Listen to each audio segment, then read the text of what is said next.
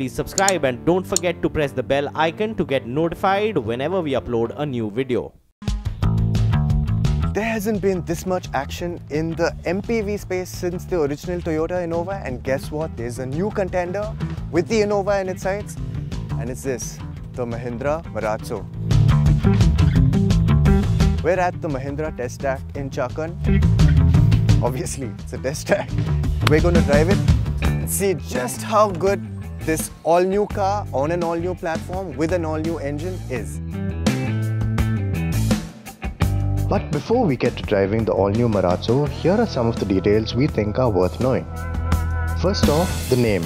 We're told it translates to shark and was chosen since that's the running design theme across the car. For example, the front grille has a shark tooth design with shark fins represented in the space between the headlights too. The fins as a shape are also replicated in the C-pillar and the taillight. In fact, the overall shape of the car can also be seen as vaguely shark fin shape. The standout design feature for us has to be the character line on the sides, a trademark of the Italian design house Pininfarina, which is owned by Mahindra and has collaborated on the Marazzo. Styling is fresh, exciting and surprisingly restrained, coming from Mahindra. Parallels to the first generation of the Toyota Innova are inevitable, and dimensions too are very similar, thus making it much larger than the current gen Maruti Suzuki Ertiga. With well-entrenched competition in the space, Mahindra pulled out all stops with the Marazzo. Its assets in North America and India collaborated on it, and we have the results after 3.5 years of development and over 2 lakh km of testing. The goal was to maximize interior space, so to that end, the Marazzo has short overhangs front and rear. Inside, the first thing that's apparent is just how deep the dashboard is and how large the windscreen is. There's also an upmarket feel inside the cabin, helped by the use of different finishes and textures, like the piano black insert on the dash and the wonderfully tactile top half of the cabin.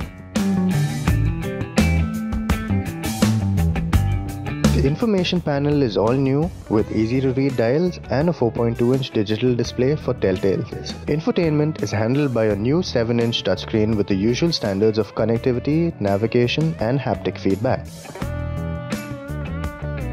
Yes, that's right. Just like on your smartphone, it's set to vibrate to register touch actions. It's a feature that sounds exciting, but when you're driving, it doesn't always translate. There's a lot of storage space around the cabin, though the lowered storage on the center stack is set a little low. Details like the aircraft-inspired parking brake lever and roof-mounted air conditioning unit with a diffused air setting aren't just novelties, they work really well. The diffused air setting makes sure second-row passengers don't get a direct blast of cold air and helps in cooling efficiency on a hot day. We can vouch for that. Seating is comfortable up front with large seats and good range of adjustment. The second row is adjustable for legroom as well as incline on the 7-seat variant, while an 8-seat variant with a second row bench is also available. The rear seat of the Marazzo is a nice place, and it's made even better because I don't need these.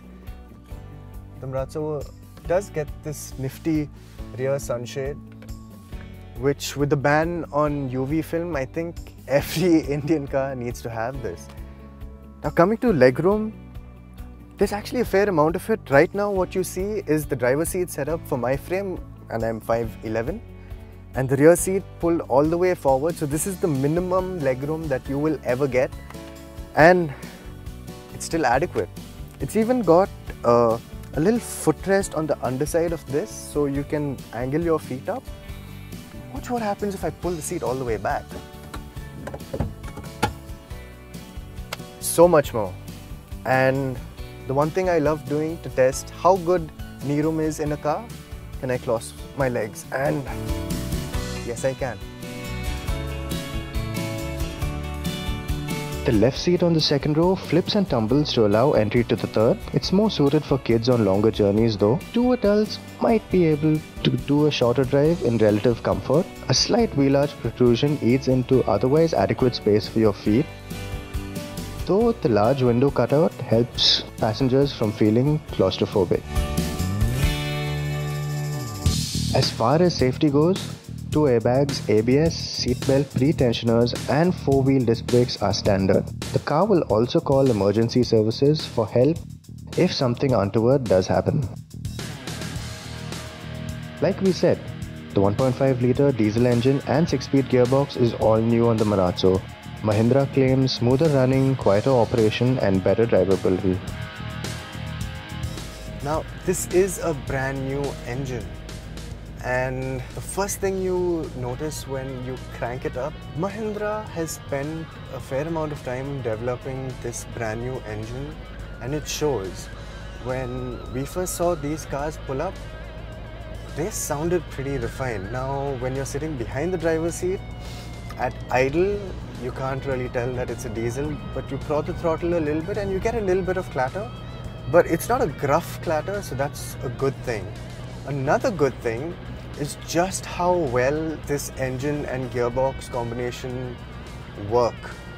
At very low speeds, just getting off the clutch is enough to get the car rolling. So we see this MPV being very friendly in city traffic. We were also able to get it started in second gear with just slipping of the clutch a little bit, just till you get to about a crawl speed, and then you're good to go. Gear shifts again are very positive. The box is actually surprisingly nice to use. It's of course mounted quite high up, so it's not at all far from the steering wheel, which makes using it, especially in the city, so much easier. The one thing we did notice was that when you're selecting second gear, and if you have your passenger seat pulled forward, then it might foul with the armrest. But I don't see that being a big issue. So as the power and torque figures suggest, this engine makes a lot of its torque quite low down in the rev range. It reaches its peak at just about 1750 RPM, which when you think about it, isn't much at all. So what you get is a nice flat wave of torque that starts swelling from as low as 1300 RPM. So it really makes driving the Marazzo around in a low gear very, very stress-free.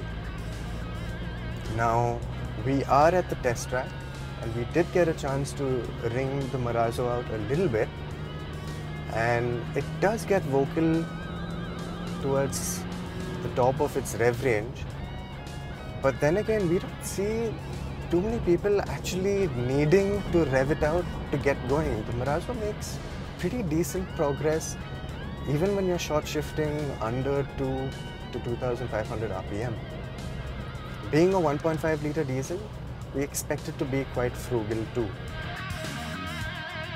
Though the platform is new, the Marazzo continues with the body-on-frame construction in the interest of ride quality, isolation and packaging. The company claims efforts have been made to bring its characteristics as close to a monocoque as possible, especially in terms of handling and body control. We've seen that the Marazzo rides on 17-inch wheels with Bridgestone rubber. That's par for the course considering the size of the car. And as far as ride quality goes, we're pretty impressed. It is a body on frame, so you do get a little bit of a floaty sensation at speeds above 80 kilometers per hour, but it's not unsettling in the least. Of course, we are on a test track, so we haven't had, the kind of breath that Indian roads can throw at you, but it's handled the little joins in this concrete section very, very well. Speaking about body roll, there is body roll. It's not excessive in terms of how the car leans, but there is some vertical movement that you as the driver can feel and your passengers probably will too. The good thing is, steering for a car that's this large is really well weighted, so it doesn't really let you know that you're driving a large car, and the seating position is such that it's very easy to judge where you're putting the front end of the car. Now, we've had a chance to get the Marazzo up to mid-high triple-digit speed here on the test track. We've also had the chance to test its braking from those speeds, and the brake feel is actually quite confidence-inspiring. Sure, it does travel a little further than you expect it to, but the feel you get from the pedal is nice, solid and assured. The car also brakes in a straight line and keeps its composure, which is commendable for a car this size. The Marazzo will be available in 4 variants, all powered by a diesel engine mated to a 6-speed manual. For now at least. Mahindra says a petrol and automatic variant will come, though a 4-wheel drive variant isn't confirmed. Immediately, the Marazzo comes across as fresh and importantly like a new product, worthy of the long development it's seen. Styling is restrained yet eye-catching, while the interiors are well thought out and spacious. The driving experience too shows a fair leap forward for Mahindra. We're sure customers will notice and appreciate all this just like we did. All that remains to be seen really is how well the competition, especially in the shape of the new Maruti Suzuki Ertiga, shapes up.